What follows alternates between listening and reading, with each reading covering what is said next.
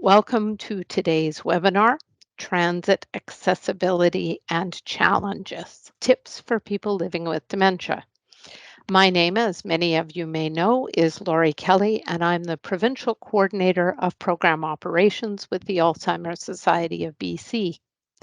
Today's session is about accessibility, and in that vein, I would like to respectfully acknowledge that the Alzheimer's Society of BC operates on traditional, ancestral, and unceded territories of Indigenous people in all regions of BC.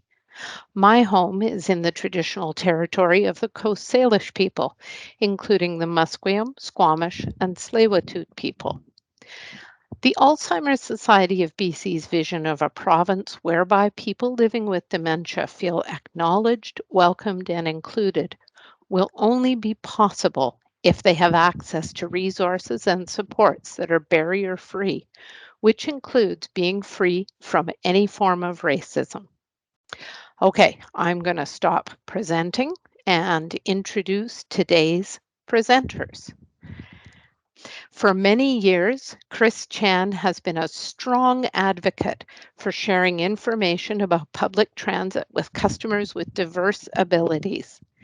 Chris is the manager of travel training with public affairs at TransLink. And prior to this, he was with Travel Smart, sharing information about multimodal transportation with seniors and newcomers. Hi, and welcome, Chris. And many of you will be familiar with Jim Mann from our lived experience webinars, or from Jim's work with the City of Vancouver and the Dementia-Friendly Communities Initiative, or from his many other projects, research studies, and various engagements and committees. Since Jim was diagnosed with young onset Alzheimer's disease at 58, he's been on a mission to make life better for other people affected by dementia.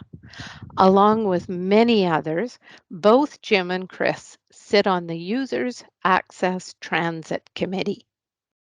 So I hope that gives you a bit of an idea about why we've asked Jim and Chris to come and talk about transit today. But you might be wondering, what does transit have to do with dementia? Or maybe what does dementia have to do with transit? And so just want to take a couple of moments before I turn it over to Chris and Jim for today's discussion. I just want to provide a little bit of context. Many of you probably know, but we like to make sure that people understand that almost all dementias cause physical changes in the brain, and they are progressive, which means the symptoms of dementia will likely get worse over time as the physical changes in the brain impact more and more of a person's abilities. This means that most people living with dementia will need to stop driving at some point, in many cases while they are still very involved in their community activities. And that brings us to transit, which is part of the answer to the question of how people in any community get around when they don't drive. Last week's webinar looked at some of the challenges that traveling with dementia can present, and much of the advice for planning to travel applies to traveling on transit as well. Specifically today, we're going to talk about accessible transit because we know that many common changes in the brain can make transit challenging.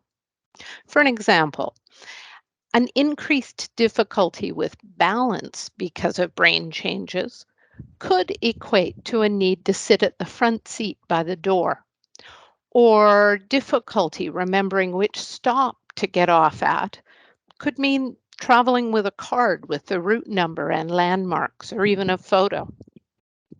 Throughout today's presentation, Jim is going to speak to what he finds helpful when using public transit and shares stories he's gathered over the years from transit users, giving his personal insight into Chris's information. I mentioned that the Alzheimer's Society's vision of a province where people living with dementia feel acknowledged, welcomed, and included will only be possible if they have access to resources and supports that are barrier-free. Part of being a dementia-friendly society includes supporting transportation options throughout our province that meet the needs of a variety of users. And so Chris is going to tell us about accessible transit in BC's Lower Mainland, the areas served by TransLink. Unless you are living in one of the communities served by TransLink, we know that your transit systems are going to look different and have different levels of service available.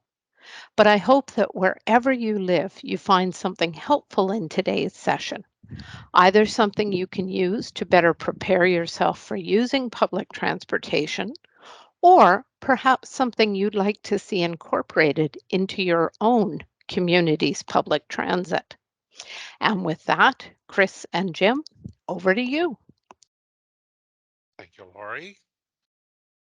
And thank you, Jim, for joining me today. We're looking forward to great discussions. And thank you, everybody, for joining us and allowing us to speak to you today about public transit. So, as Laurie mentioned, I'm going to start by speaking to about transit overall in Metro Vancouver, and Jim is going to share his experience and some of the expertise that he has gained over the years using transit with everyone as well. And we acknowledge that in the province we have a wide range of levels of transit. And even in Metro Vancouver, there are areas where they will be very well served by transit, but there will be pockets of area that won't be served that well by transit. But hopefully we will be able to share some information about how to get help, how to use our transit system. And of course, Jim will share some of the experience that he has using transit and some of the tips that he have learned over the years. Jim, do you have anything to add before we begin? You're still on mute, Jim.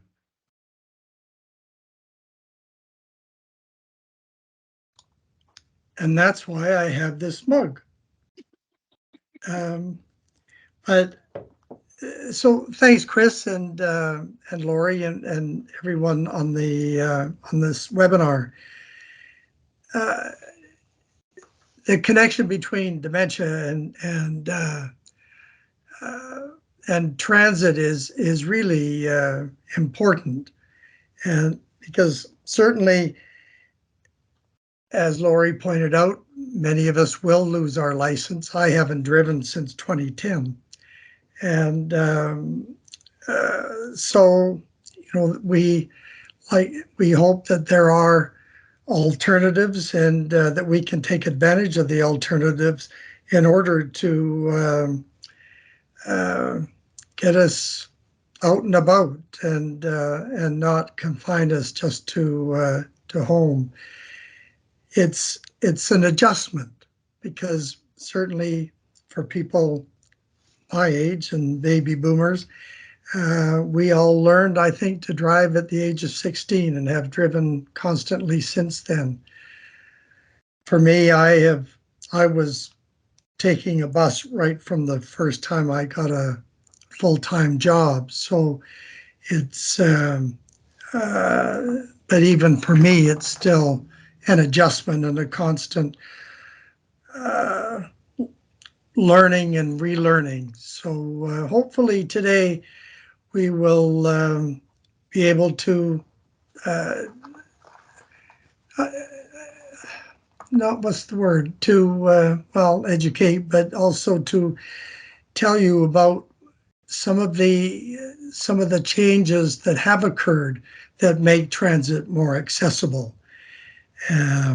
So I think, Chris, we can start, and I'll interject as we go along.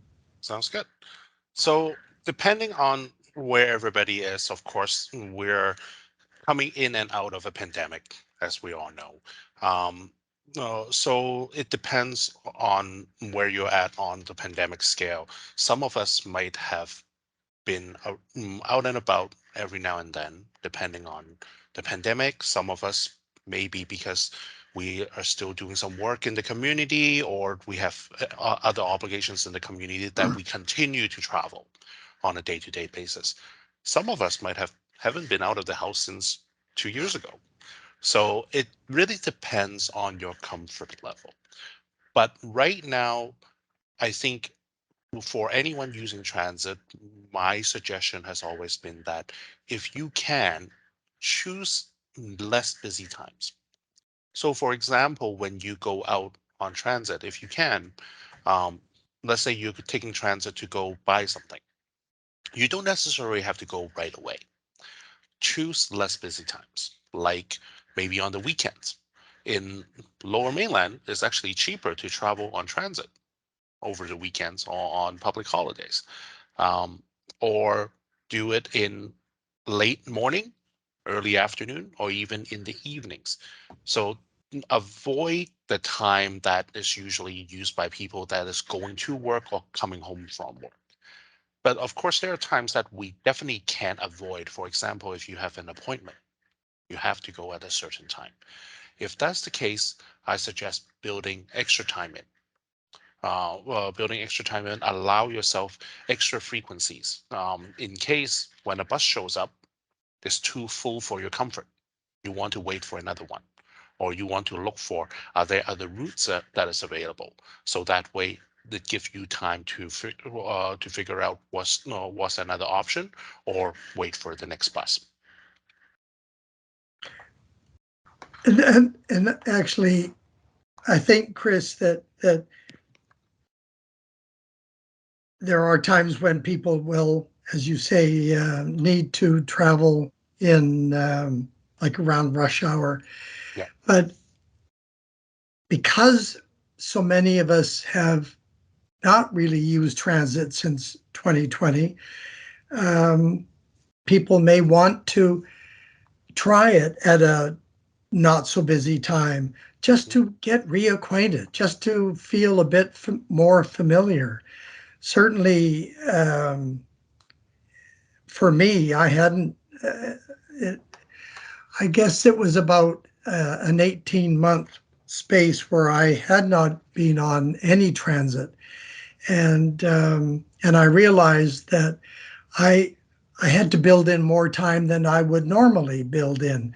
I had to be a lot more um, aware of everything because I had to rebuild my confidence, I, and that becomes very, very important to I follow the Boy Scout motto of being prepared. I think, Jim, that's a great point. I think for a lot of people that they haven't been on transit for a long time Yeah, because precisely people were working from home, they didn't have to go anywhere. So even people like myself, I work for TransLink. And the first time I got back on the bus after the first 6 months, I was like, I have no idea what I'm doing. But yeah. that's why it does take some time to figure it out. And Jim, you're absolutely right. Is there are information available, and we'll share that information Mhm. a little bit later as well. But I think it's building that confidence. Is or when you can, try it on the weekends, or Mhm. go with a family member. That way, you could familiarize with the trip, and then you start from those trips, and then you expand from there. Now, some of you will have seen a picture like this. So during COVID, some of you might have heard that there was a requirement to wear mask on transit. But of course, with the province relaxing a lot of that, those initiatives, they no longer need to wear a mask. But anybody is welcome to wear one if they want to wear a mask when they use public transit. So it's your choice. But one of the things that I do want to point out that if anyone use HandyDart, for those of you that don't know what HandyDart is the paratransit service for people with disabilities who can't use regular transit. So on HandyDart, customers are required to wear a mask because a lot of our customers on HandyDart they are senior or persons with disability that might have a compromised immune system, and a lot of them use them for medical appointments. So that's why on Handycar they kind of treat it as a medical service. Um, but one suggestion I would say is that if you like to wear a mask, and when you get on the bus, other people are not wearing a mask, what do you do? In that case, you try to look for a spot on the vehicle that is allow you to maintain your social distance, move to some part of the bus where people are wearing masks or have less people. And that's part of the reason why we also said earlier, build in extra time in case the bus is full and you don't want to get on this bus because you don't feel comfortable.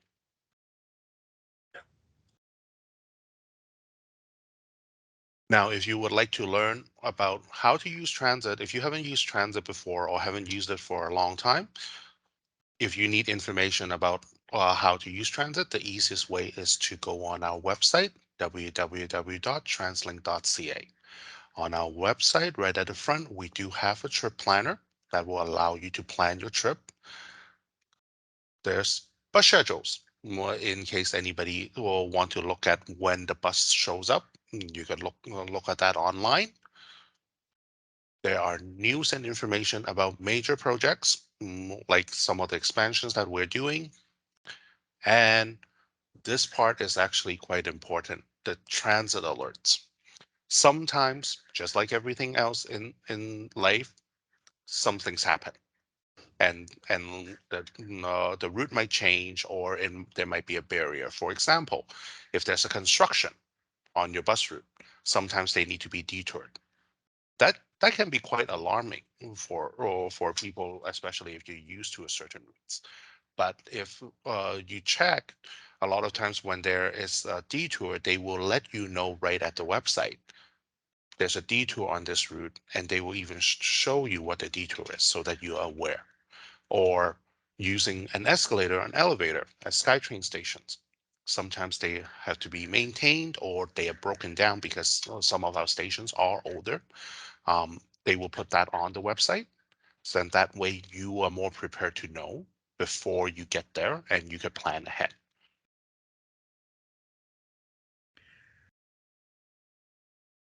Go ahead, Jim.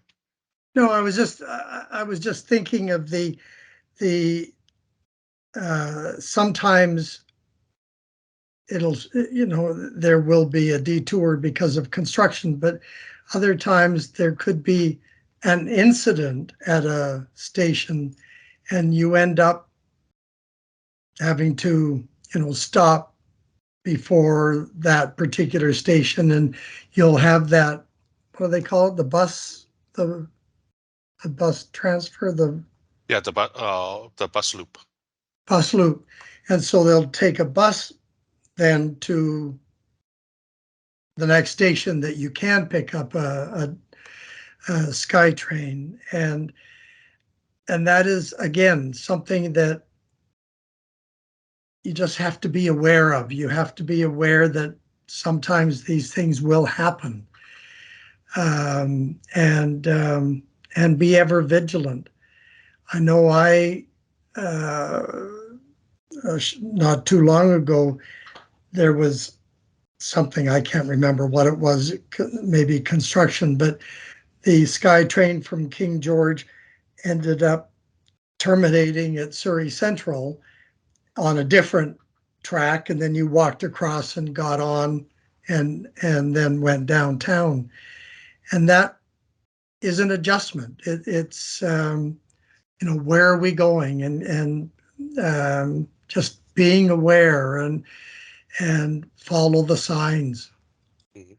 And I think a lot of times there will be staff in those cases. There will be Yes. staff there to assist.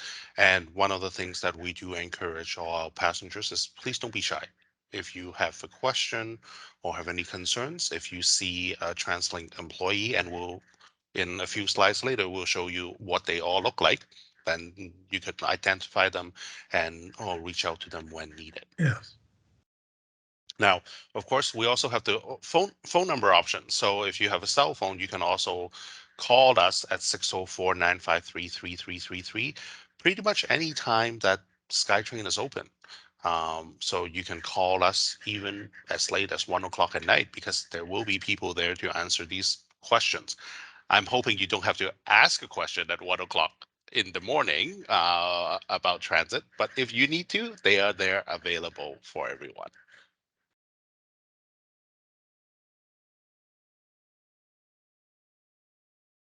So I'm just going to quickly walk through the trip planner. So it's actually quite easy to use. All you have to do is let us know where you're going from and where you're going to.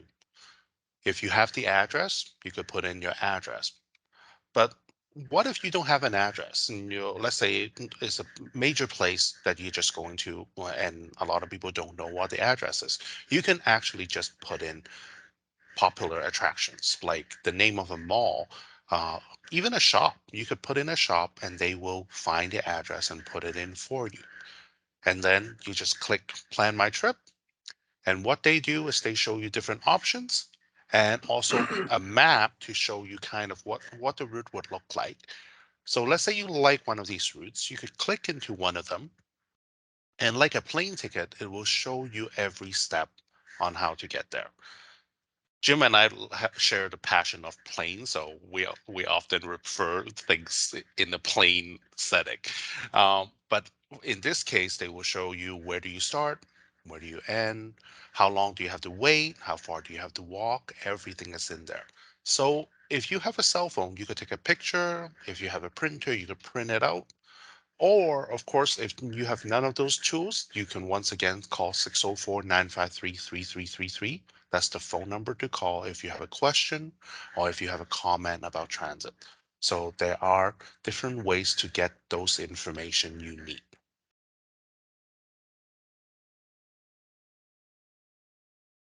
Now, in Metro Vancouver, we are pretty lucky. Our transit system is relatively more accessible.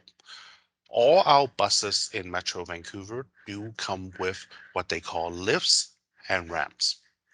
So what that means is it allows for customers with physical disability or physical barriers that would have difficulty with accessing a vehicle. What we can do is all our buses, there's a ramp that we can deploy to allow for mobility aid to get on. Also, for anyone that they don't necessarily need a ramp, but it might be that they have arthritis, they might have certain days that they have difficulty with steps. They can actually ask the driver to lower the front of the bus so that it's easier for them to get on. Now, for customers that are vocal, you could just say, driver, can you deploy the lift or deploy the ramp? But there are those of us that might be a little bit shy or might have language barriers. So TransLink also have these little carts called lift ramp carts. They are big with the and pink and with the word lift ramp on it. So a lot of customers they actually get these ones and they just use it as a flash card to let the driver know. So that way they don't actually have to yell it out loud, and a lot of them they don't even have to show it all the time because when they need it, they flash the card. When they don't need it, they just keep it to themselves. So that way they can get that assistance. Now, but one thing I do want to add is that despite that all our buses comes with these equipment, not all bus stops can access this equipment. Because there are bus stops that are located in areas that they might not be accessible where the ramp can deploy. So for example, in more narrow sidewalks and or maybe there are items blocking the access. So if you have to look for a bus stops, look for the bus stop sign that has the international disability, the wheelchair logo on it. So those are the ones that they can definitely deploy the lift and ramp safely.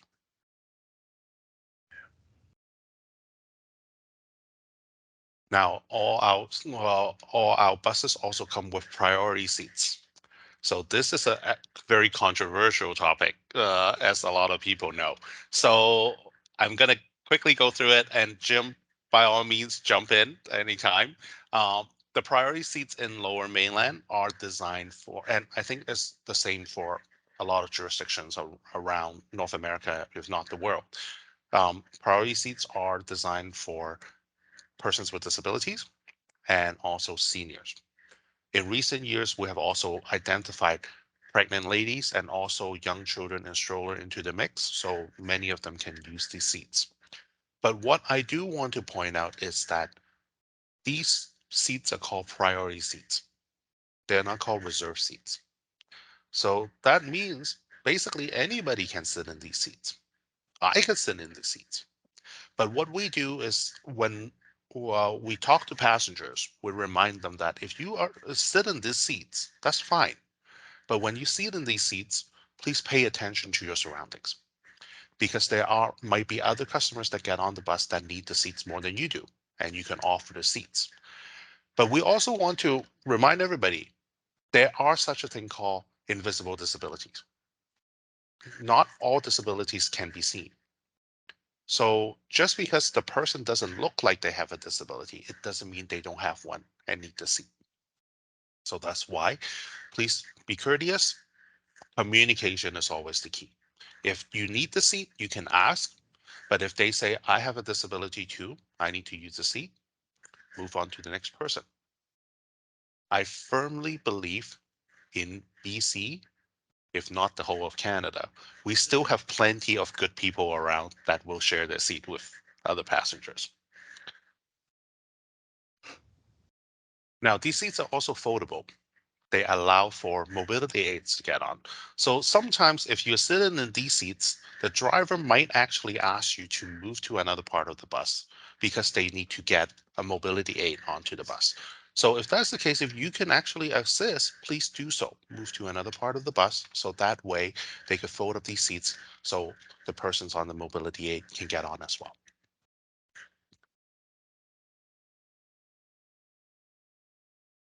Now, so one of the things is we talked about earlier is if you ever need help, you can ask staff for help. So there are a number of staff that you can reach out for assistance.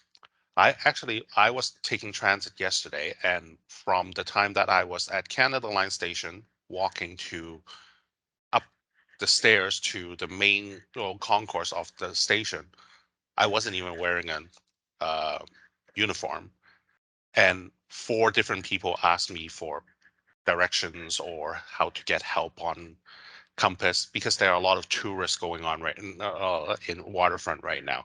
So, but by all means, if there are any questions, reach out to a staff member. Now, one of the easiest way, of course, on a bus is to ask the bus operator. Jim, would you like to share some experience on like or how to get assistance or like what are some of the questions that people can ask to get help on using transit? Well, I think the question to get help is really any question, but often bus drivers will even be able to help tourists in getting around around the city, whether but the it's important to be open about what you need,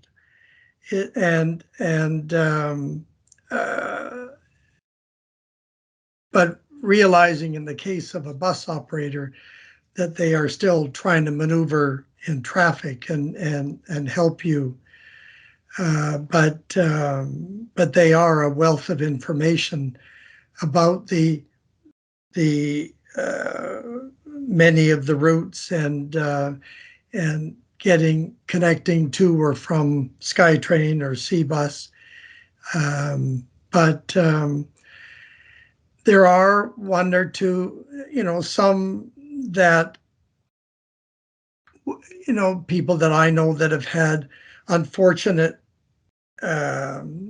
experiences in forgetting how to just the whole process of boarding a bus and the bus driver's reaction has not necessarily been the best. But that is few and far between, and I think is also becoming even less of an issue because more and more people, more and more employees are being trained, are being uh, educated on dealing with people with invisible disabilities and others. And you will find people who are willing to help and there to assist you. Yeah, so I think a lot of the times it's as simple as asking them, like just Yeah. to confirm if this is the right information. So for example, will this bus take me to, let's say, Metrotown or to Waterfront? Or even you can actually ask a operator, can you please let me know when to get off the bus? So Yes. that way they can provide that assistance. Like Jim said, be honest, be open with your needs, and a lot of them will be more than happy to assist you. But just your example is a good one, Chris, and it just when you ask your question, you need to be direct, and when I say that, I don't mean being confrontational or anything, but I've heard many times people say, where are you going? And the bus driver will then say, well, where do you want to go? Like, you need to help the driver help you. And so, do you go to Metrotown is a whole lot better. We'll have an easier outcome than where is it you go? Because a lot of the bus routes are very, very long. So that will be important. Yeah, yeah, I think that fine detail, that's Yeah. where we need to give. That's a great comment. Now, beyond that, on our transit system in Metro Vancouver, we also got transit security. So they are there to help, and a lot of times they're on buses. Now, some of you might sometimes see them come on buses, and they ask you to see your ticket. When they ask you to do that, please don't be alarmed. A lot of times they just ask everybody on the bus. Or if you have bought a ticket, you have it with you, just show it to the driver, or show it to the transit security officer. They can confirm, and everything is fine. And if you ever run into a situation where you your compass card ran out of money, or you don't have any cash on you, and you need to take that trip home, please don't hesitate to ask the driver or ask a transit security officer. A lot of times, what they will do is they will give you what they call a deferral. Um, in the old days, I think the idea was that, oh, I let you ride for free today, and then you pay me back tomorrow, that kind of thing. I don't think anybody expect anyone to repay that nowadays. My only caution is, don't do it every day on the bus, because the driver will remember your face, and they might be like, it's you again, that kind of thing. So well, but when there's a need for it, by all means, that's available. Now, a lot of people also aren't aware of this, is that if you ride a bus in Metro Vancouver after 9 p.m., you can actually ask the driver to stop anywhere along the bus route on a regular bus route, as long as it's safe to do so. So for example, if your house is between two bus stops, you can actually ask the driver, can you stop the bus in front of my house? And they will let you off as long as it's safe to do so. Now, this will only work if it's on a regular bus route, so no rapid bus, none of the R routes, none of the double deckers. And no, a driver will not take their bus off to your street when it's not on the bus route. So, but if you're on the bus route, they can by all means do that. On SkyTrain, some of the people that might be able to help is the SkyTrain attendant. But Jim, you would be able to attest to this as well, is that a lot of times we might not find a SkyTrain attendant because there's no drivers on SkyTrain. So in a few slides later, I will show everybody how to get assistant on SkyTrain if there's a need for it. Now on our C-Bus, of course, we also have C-Bus crew, and on C-Bus and SkyTrain, we also have transit police. So transit police is actually a real police force, just so that everybody is aware. They can actually do everything just like any other police officer does, but their jurisdiction is basically anywhere transit is available. So they actually have more wider range of authority than other police officers. Now, there are also some tips and that I would like to share when using transit. So I think we talked about it a little bit earlier. If you need assistance, by all means, the best thing to do is be open, be direct with your needs, and just ask a staff member. Some other more tips would be, please don't run after a bus. Because I'm sure some of us have done this before. I admit it. I did it every now and then. Is that I'm walking to a bus stop, I see a bus coming, and I'm like, I'm Superman. I could beat the bus. I could run faster than the bus. I could get there before it. But a lot of times, I don't know why.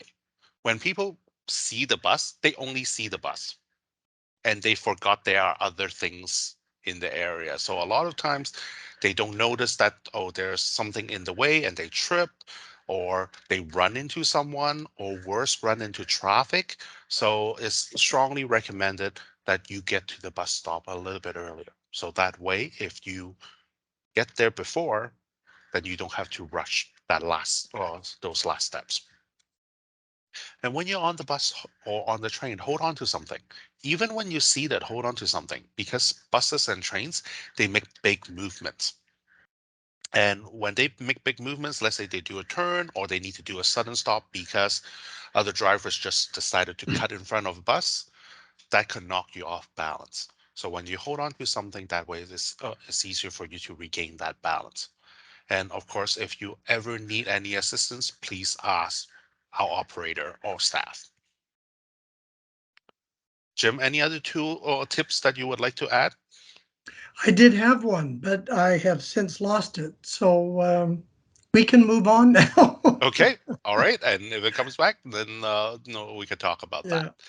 Okay. Actually, I'm going to just pop in and ask Jim, you have in the past talked about using courtesy cards, the card in a lanyard that says, please be patient, I have dementia, please be patient, I have Alzheimer's disease. Do you find that also a helpful thing to use on transit?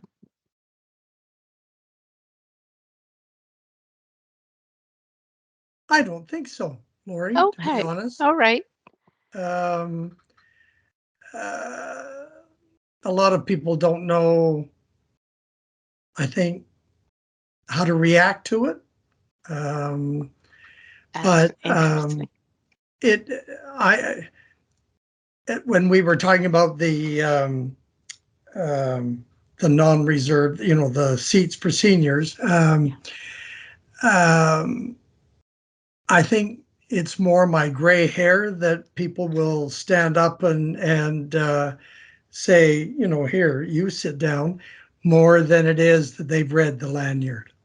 Okay. Thanks very much for Yeah. sharing that. Thanks. Yeah. Now, so when you purchase a ticket in Metro Vancouver, it's actually good for 90 minutes of transfer. So it means in 90 minutes, I can actually get on a bus, ride SkyTrain, and change onto a C bus. I just have to buy the right fare or like the right zone. It actually means, and a lot of people didn't realize this, is that if I can actually finish what I have to do and I get back on the bus before 90 minutes, I can actually go home on the same ticket. But that's why it's important to keep your ticket, not only because they sometimes check, but also if you ever get into that situation that you need to take a trip back and you could beat it in 90 minutes, you can actually use the same ticket and don't have to pay again. So the 90 minutes is actually a great tool to use, especially if you're doing a quick errand. So that way you save some money there. Now, for anyone that hasn't used the SkyTrain system for quite a while, we have introduced what they call the compass system in Metro Vancouver. So when you go through the SkyTrain, there are now these gates. So when you go through gates, what you have to do is you have to use the compass card or compass ticket. And there's a little bit trick to it. So when you get a compass card or compass ticket, what I recommend is for customers to use their right hand. I know I'm going to get booed by some of the left-handed people in the audience today, but a lot of times, and there is a reason to it. So, but what I recommend is you use your right hand and you tap on the right-hand side at the blue circle. That's the reader. Now, why do I say the right hand? Because what you will notice is, for example, we're going through this gate on the right here. You will notice that on the gate, there's a blue dot on the right and there's a blue dot on the left. So there's two dots. Now, if you go in through this gate and you tap on the right-hand side, the gate in front of you will open and you could go in. And there's no need to rush because the gate won't close until you actually walk through. But if you tap on the left-hand side, let's see what happens. If you tap on the left-hand side, you will notice that the gate in front of you didn't open, but the gate left of you did because the gate or the button on the left activates the gate next door. Now, if you're going through, let's say, a non-rush hour, the odds is you can just walk over to the next gate and go in. But imagine you're going through rush hour when you are not quite sardines, but you're like all lined up. Everybody is going in at a pace, and then you tap on the wrong side, and your gate didn't open, and the gate next door opened. The odds is somebody already walked through that tap. So in that case, you might have to wait a few minutes before you get to tap again. But that could create some anxiety for you. So that's why I strongly recommend using your right hand and just tap on the right hand side. That way it's easier.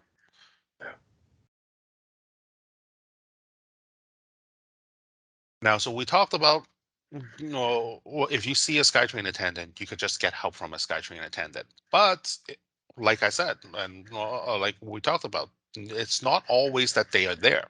So if I don't see a SkyTrain attendant, there are still ways to get help at the SkyTrain.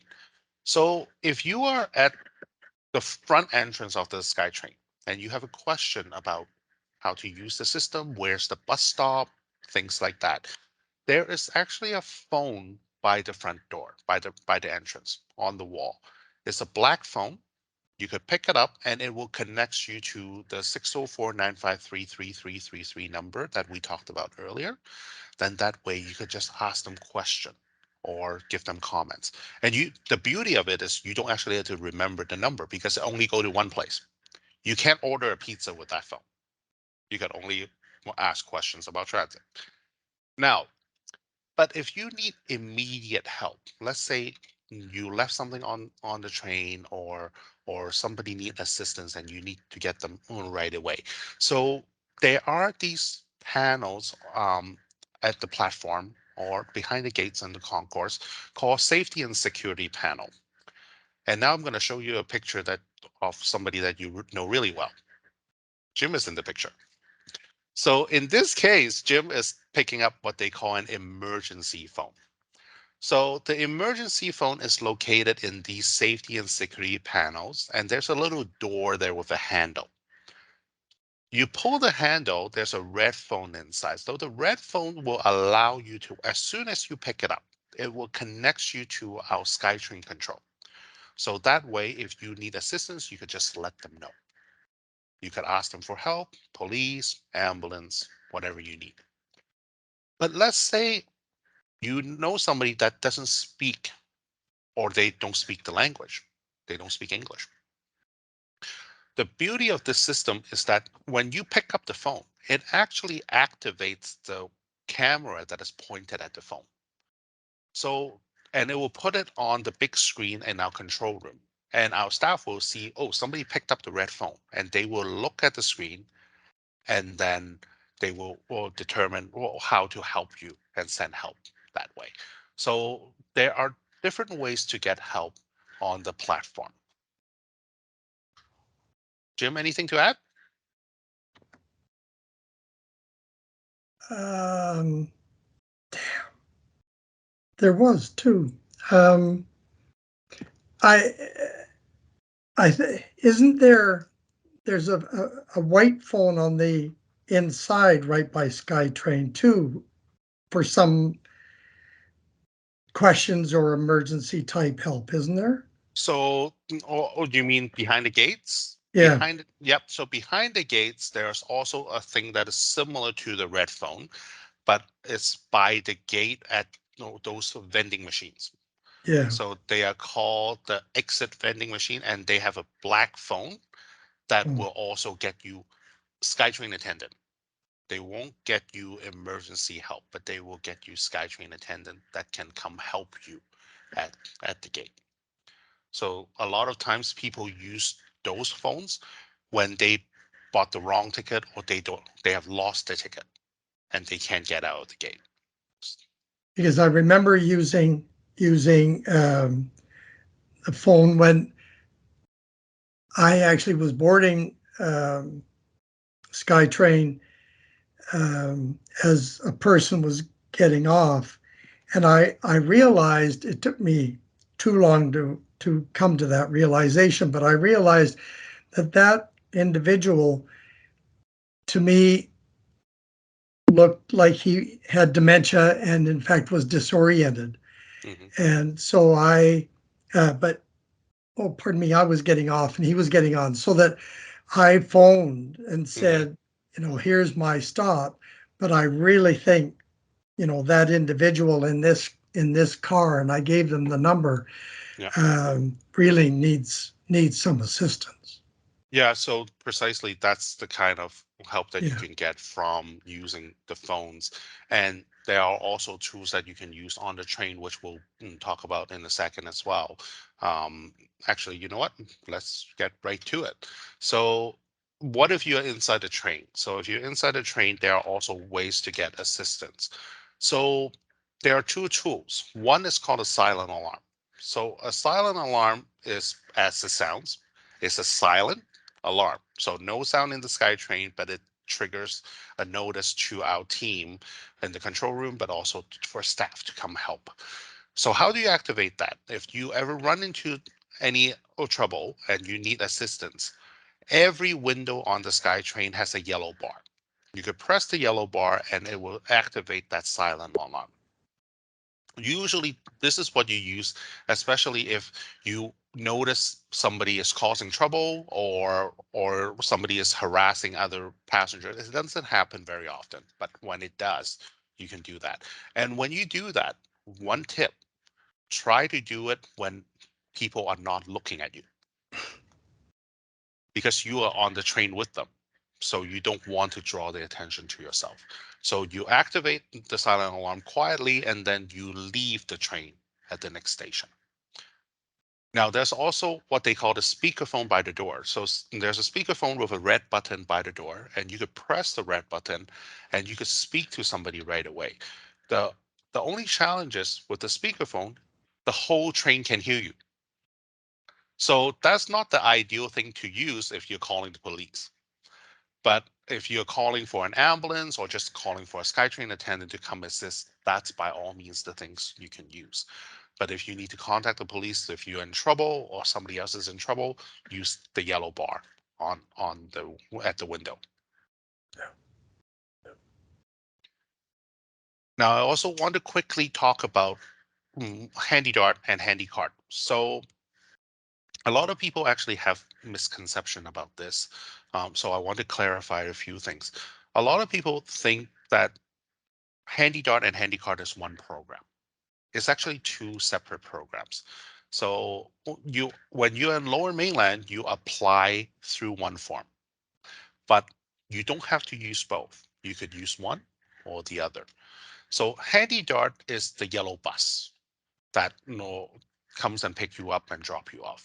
And then Handycard is actually a program that assists people to use regular transit. And a lot of people also have a misconception is that HandyDart is only for medical appointments. So they just keep calling for medical appointments only. But in fact, you can actually use it to go to your favorite restaurant. You could go buy groceries. Some people take it to Canucks games. You can actually use a HandyDart to take you from where you're at to transit, to C-Bus, or even to SkyTrain to connect. As long as you could book that trip and you are eligible for that service, you can actually use that service for different purposes. Now, so HandyDart is the door-to-door service. So it actually comes to where you're at to pick you up and drop you off. And when you book an appointment, it gives you a 15 plus 15-minute window. So that means that if, let's say, your appointment is at 10 o'clock, they might come between 9:45 to 10:15. So half an hour window. And you have to be ready for that half an hour window because it's still a public transit.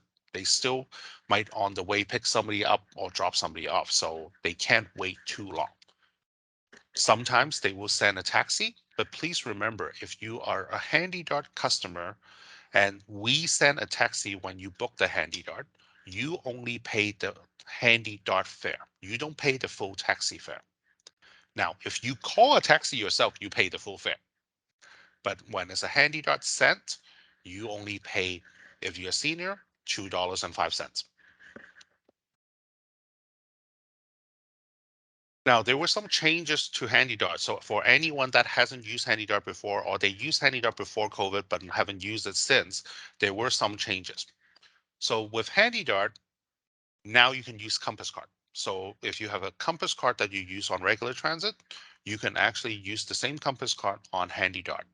So if you qualify for senior discount on regular transit, you can actually use your Orange Compass card on HandyDart. The only one that doesn't work is if you have a CNIB card or a BC government bus pass. Unfortunately, those two programs does not work on HandyDart. Another thing that we did introduce last year was that age-based discount. So if you are over 65, you get the same discount using HandyDart as using regular transit. So right now, if you use HandyDart, you pay $2.05 for trips to go anywhere on HandyDart. Yes, and Lori, great comment. HandyDart is also available in many communities throughout BC, and that's available through the BC Transit. Now, we do have a separate program called the Handycar program in Metro Vancouver. So Handycar program is a little bit different. With HandyDart, you actually don't have to be have a permanent disability. You don't even have to live in Metro Vancouver. If you're from the interior and you are actually coming to Lower Mainland for a few days, as long as you qualify for HandyDart in your community, you can actually apply for temporary HandyDart in Metro Vancouver. But for HandyCard, you have to live in Metro Vancouver and you have to have a permanent disability that prevents you from using regular transit. What that allows you to do is that no matter how old you are, you can pay for concession fare on regular transit. You can also bring an attendant with you to help you, so somebody to assist you on using regular transit. But the main important one is that customers with HandyCard can buy taxi savers, which is 50% off taxi vouchers. I know taxi savers is also available for some jurisdictions in the interior as well.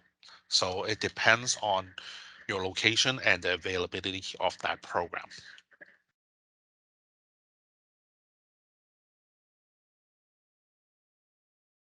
Now, we talked about a lot of information today. So one thing I do want to share is that if you would like to refresh your memory or well, review some of the stuff we talked about today, there are some online training videos. So you could go to the TransLink YouTube site and find multilingual travel training videos. It basically covered pretty much what we talked about today in the presentation. So that will provide some good information for everybody as you use transit or have further question as you get back on the system. Jim, any other tips and thoughts that you want to share? Yes, just one last. We talked about planning ahead and being prepared and everything, and I just wanted to just tell people what I do, and I do go on the trip planner, and I do plan the trip if I'm going like to St. Paul's Hospital, and I know what time the SkyTrain will leave and what bus to catch when I get to Burrard Station and so on. But what I do is I actually print that trip information from the computer, or if it's really short, I'll just write down the details on a piece of paper. And then when I'm on SkyTrain, I will actually put it on my lap, because in the past, certainly not yet, I have gone to UBC, so I've used SkyTrain in a different bus route. I've gone downtown and used SkyTrain in a different bus route. So I need it on my lap to always remind me I'm going to get off at Joyce and connect to the bus to UBC, or I'm going to get off at Burrard Station and go out to UBC. And so I just pass that along, that for me, it's that detail of time, what time it says it's going to leave, but more importantly, what time it arrives, and is that going to work for me if in fact there's, am I leaving enough time for a buffer? But I keep it on my lap so that I don't, in fact, go right flying past Joy Station when that's the one I should have gotten off. So Yeah, so just a little tip. Yeah, I think Jim, that's a great comment, is that like having that information printed or even take a picture on your phone. That way, Yeah. then you can keep an eye on it. And actually, that's a good segue. Michael actually asked for any feedback from you on how the information on the digital display on SkyTrain platforms or entrances could be improved for people with dementia. I think it's good, because you have, this train is coming along in 1 minute, the next train is coming along in 3 minutes, the next train's coming along in 10. I like it. Yeah, I think it's more about putting that information available at all station. I don't think Yes. all station have them yet. And Oh, for me, I came from Hong Kong where we had those information like 20 years ago, and I was yeah. like, wow, like. But we're improving, so I think we're getting there. Yeah. But we will get there at some point. Yeah. Right. If you have any questions at all about living with dementia, or if you're curious about some of our other programs, please don't hesitate to call our First Link Dementia Helpline. Just another huge thank you to Chris and Jim for joining us today. Really do appreciate your insight and the information. So on behalf of the whole webinar team, thank you for your time, and thank you to everyone for tuning in today.